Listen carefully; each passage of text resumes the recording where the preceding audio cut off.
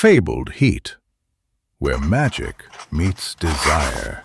Subscribe to ignite the fantasy. The rain in Portland was more than water. It was a living veil that seeped into the marrow, turning the city into a maze of damp stone and whispered regrets. I am Silas Thorne, a medium who walks the thin line between the living and the dead, feeling their unfinished desires like a second pulse beneath my own skin.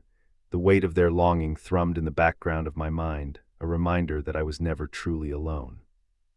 The night the summons arrived, the storm hammered the rooftops with a ferocity that matched the tremor in my chest.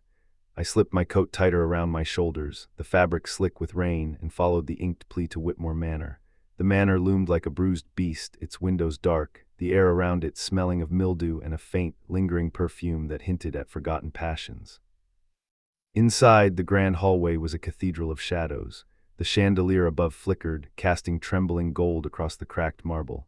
My boots echoed, each step a reminder that I was the only living thing in a house that breathed with ghosts. Alastair Whitmore waited in the ballroom, his silhouette a dark silhouette against the shattered mirror behind him. He was exactly as the letter described, tall, his midnight blue suit clinging to a form that seemed both solid and ethereal, eyes the color of storm clouds, a scar of longing etched across his cheek. When our gazes met, a jolt of heat surged through me, as if his very breath tried to melt the frost that clung to my spine. He stepped forward, and the distance between us crackled with an electric charge that made my skin prickle.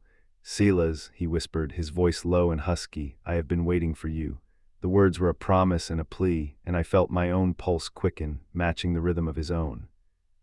We stood close enough that I could feel the heat radiating from his body, the faint scent of sandalwood and rain on his skin. My hand brushed his, and a shiver ran down my arm, as if his touch ignited a fire that had been smoldering beneath the ash of my guarded heart. The manor's darkness was not empty. A woman in a tattered gown emerged from the shadows, brandishing a candlestick. Her eyes were hollow, her smile a cruel curve. "You think you can claim him, medium," she hissed, the flame casting a wicked glow on her gaunt face. Alastair's jaw tightened. "He belongs to no one but himself," he said, his voice a low growl that sent a thrill through my veins. She lunged, the candlestick swinging in a wide arc. I felt Alastair's hand close around my wrist, his grip firm, his fingers warm despite the chill that clung to the stone. He pulled me into a protective embrace, his chest pressing against my back, his breath hot on my ear. "Hold on," he murmured, his lips brushing the shell of my ear, a promise of safety and something far more intimate. The clash of steel and flame filled the room, but my focus narrowed to the heat between us.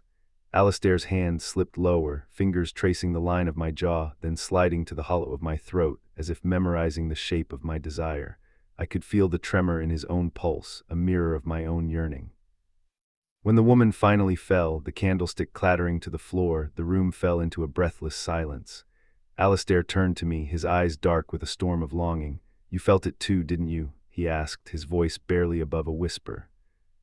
I nodded, unable to form words. The rain outside hammered the windows, but inside, the world had narrowed to the space between his lips and mine. He leaned in, his mouth finding mine in a kiss that was both a claim and a surrender. The taste of rain, metal, and his skin flooded my senses, and for the first time in years, I felt truly alive. When we finally broke apart, his hand lingered on my cheek, his thumb tracing the line of my jaw. "We have a long night ahead," he said, a smile playing at the corners of his mouth, "and a lifetime of ghosts to quiet." I smiled back, feeling the heat of his body seep into my bones, the promise of a love that could outlast even the fiercest storm. The rain continued to fall, but inside Whitmore Manor, a new fire burned, one that would not be extinguished by any darkness. And as the night stretched on, I knew that whatever hauntings awaited us, we would face them together, bound by a desire that was as fierce and unyielding as the storm outside.